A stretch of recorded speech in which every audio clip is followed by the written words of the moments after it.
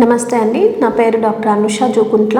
నేను general physician. ఎక్కువగా ఓపీకి వచ్చే పేషెంట్స్లో ఆడవాళ్ళలోనే మనం ఎక్కువగా ఏంటంటే రక్తహీనత అనే ఒక సమస్యను నేను చూస్తూ ఉంటాను అనమాట.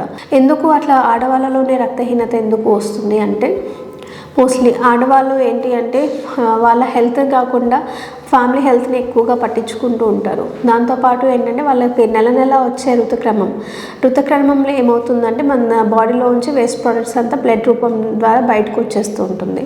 దానివల్ల మనకి బ్లడ్ అనేది చాలా వరకు తక్కువ అయిపోతూ ఉంటుంది అనమాట. సో ఏ పేషెంట్ని చూసినా కూడా హెచ్పి 9, 7 అట్లా నీరసంతో కానీ, కళ్ళు తిరుగుతూ ఉండడంతో కానీ, అట్లా చెమటలు పడుతూ ఉండడం, ఎక్కువసేపు పని చేసుకోలేకపోతున్నాను అని చెప్పేసి అటువంటి సమస్యలతోటి నా దగ్గరికి వచ్చిన సందర్భాలు చాలా ఉన్నాయి. సో దీనికి మనం రెమెడీ ఏం చేస్తాము అంటే, ఆహారం మంచిగా తీసుకోవాలి, పౌష్టికాహారం తీసుకోవాలి. ఫస్ట్ టైంకి తీసుకోవాల్సి ఉంటుంది. ఆ టైంకి తీసుకున్న దాంట్లో కూడా ఎక్కువగా న్యూట్రిషియస్ క్వాంటిటీ ఎక్కువ ఉన్నది తీసుకోవాల్సి వస్తుంది. ఎక్కువగా పళ్ళు లేదా ఆకుకూరలు ఇవన్నీ తీసుకుంటూ ఉండాల్సి వస్తుంది అనమాట. వాళ్ళ యొక్క హెల్త్ని వాళ్ళు నెగ్లెక్ట్ చేయొద్దు.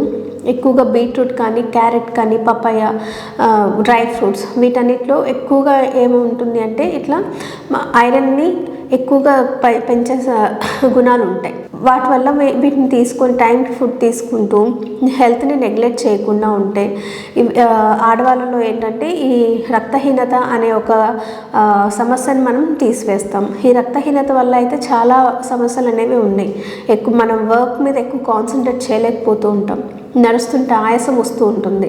సో వీటన్నిటికీ గల ఒక సింపుల్ రెమెడీ ఏంటి అంటే, ఫుడ్లో ఎక్కువగా ఐరన్ కంటెంట్ ఉండేలాగా చూసుకోవడం.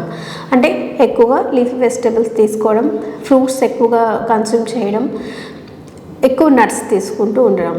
ఇది తీసుకుంటూ ఉంటే ఆడవాళ్ళు ఈ రక్తహీనత అనే సమస్యను మనం చాలా వరకు నివారించవచ్చు. Thank you.